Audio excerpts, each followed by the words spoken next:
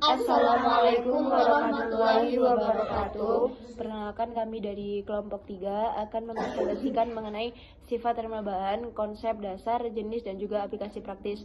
Saya Queen Natasha dengan NIM 2509041100009. Lalu saya Rifani Fatia Anissa dengan NIM 2509091100017. Saya Siti Amanda Sabil dengan NIM 2509091100022. Saya Alicia Zarapova dengan NIM 2509041100033. Di sini saya akan menjelaskan mengenai apa itu sifat termal bahan. Sifat termal bahan merujuk pada karakteristik fisik suatu bahan yang menggambarkan bagaimana bahan tersebut berinteraksi dengan panas atau energi termal.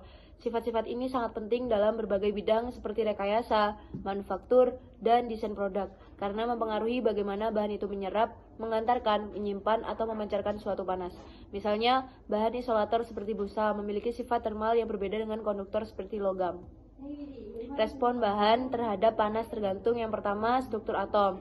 Struktur atom merujuk pada susunan atom-atom dalam kristal atau amorf tidak beraturan, termasuk jenis atom dan bagaimana mereka berinteraksi pada tingkat mikroskopis. Ini sangat mempengaruhi kemampuan bahan untuk mentransfer panas melalui getaran atau fonon, yaitu gerakan elektron bebas. Respon bahan terhadap panas tergantung yang nomor 2 ikatan antar molekul. Ikatan ini menentukan kekuatan dan jenis interaksi antar partikel-partikel dalam bahan dan mempengaruhi seberapa mudah energi panas ditransfer antar molekul. Ikatan yang lebih kuat biasanya menghasilkan konduktivitas lebih baik, tetapi juga mempengaruhi kapasitas suatu panas. Yang ketiga, fase bahan itu ada padat, cair, dan gas. Fase menentukan tingkat kebebasan gerak partikel-partikel yang secara langsung memengaruhi mekanisme perpindahan panas, konduksi panas atau cair, konveksi cair dan gas, dan radiasi pada semua fase. Lalu beberapa sifat termal utama. Konduktivitas termal atau thermal conductivity. Ini untuk mengukur kemampuan bahan untuk menghantarkan panas melalui konduksi atau perpindahan panas tanpa pergerakan zat. Satuannya adalah W dengan M dikali K. Kapasitas panas spesifik head capacity. Jumlah energi panas yang diperlukan untuk menaikkan suhu 1 kg bahan sebesar 1 K, satuannya adalah Joule dengan kilogram dikali K. Ekspansi termal atau thermal expansion. Perubahan dimensi yaitu panjang, luas, atau volume bahan akibat perubahan suhu. Diukur dengan koefisien ekspansi termal misalnya dalam 1/K. Difusivitas termal atau thermal diffusivity adalah kecepatan penyebaran panas dalam bahan di mana P adalah densitas. Ini menunjukkan seberapa cepat bahan merespon perubahan suhu.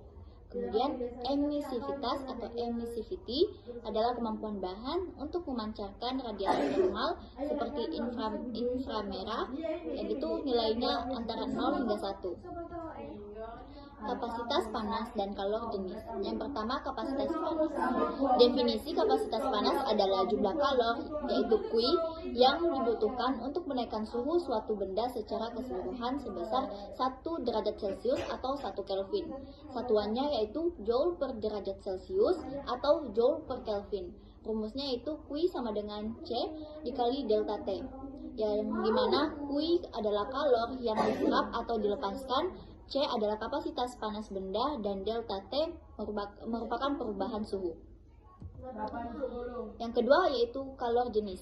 Definisi kalor jenis adalah jumlah kalor yang diperlukan untuk menaikkan suhu 1 kg bahan sebesar 1 derajat Celcius atau 1 Kelvin. Satuannya Joule per kilogram per derajat Celcius atau Joule per kilogram per Kelvin. Rumusnya Q sama dengan M kali C dikali delta T Q. Hubungan antara kapasitas panas dan kalor jenis. Kapasitas panas suatu benda dapat dihitung dari kalor jenis dan massa benda tersebut, dengan C sama dengan M dikali C. Sehingga rumus kalor menjadi Q sama dengan C dikali delta T sama dengan M dikali C dikali delta T, di mana Q adalah kalor yang diserap atau dilepaskan, M merupakan massa bahan, C kalor jenis bahan, dan delta T merupakan perubahan suhu. Adapun aplikasi sifat termal, yang pertama yaitu industri konstruksi, yaitu pemilihan material bangunan, yang kedua transportasi, desain mesin dan rel kereta, yang ketiga elektronika, pendingin prosesor material semikonduktor, dan yang keempat adalah alat rumah tangga, panci, termos, dan setrika.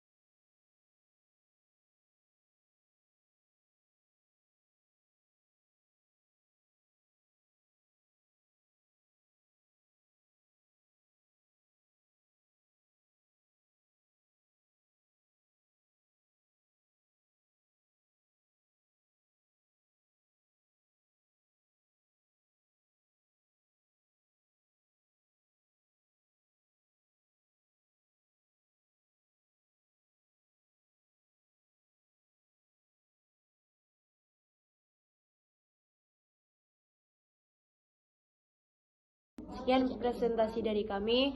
Kurang lebihnya mohon maaf. Terima kasih. Wassalamualaikum warahmatullahi wabarakatuh.